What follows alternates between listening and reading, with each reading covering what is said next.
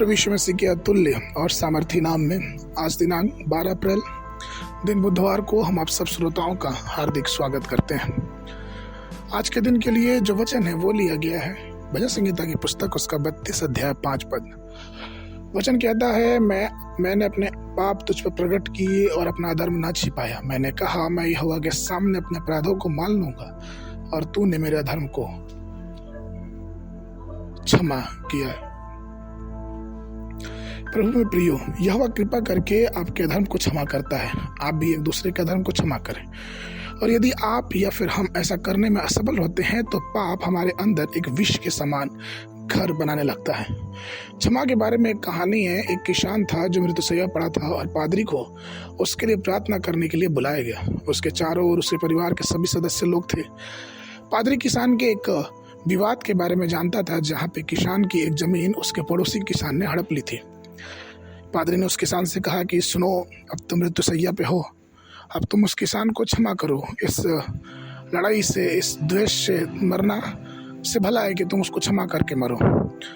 तो बोला कि नहीं पादरी साहब, ऐसा कैसे हो सकता, उसने मेरी ज़मीन हड़प ली, आधा एकड़ ज़मीन। पादरी साहब ने कहा कि देखो, अगर तुम क्षमा करके मरोगे तो तुम्हारे अंदर जो ग्लानि है वो नहीं रहेगी और तुम स्वर्ग में परमेश्वर के पास रहने पाओगे।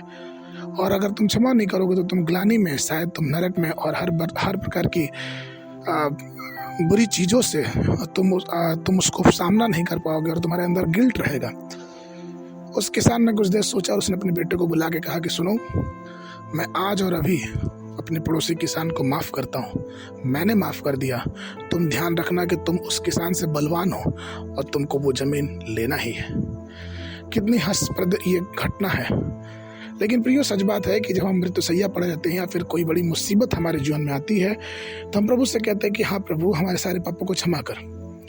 लेकिन परमेश्वर ऐसा नहीं चाहता। परमेश्वर ये चाहता है कि हम अपने पापों से क्षमा मांग के और दूसरे के पापों को क्षमा करके अपने मुख की ज्योति में परमेश्वर का प्रकाश चमकाएं। जिस प्रकार से प्रेरितों के काम उसके 6वें अध्याय 15 पद में जब स्तिफनुस को पथरवाह किया जा रहा था तो उसने परमेश्वर को देखा, उसका मुंह चमक रहा था क्योंकि उसने लोगों के लिए प्रार्थना की।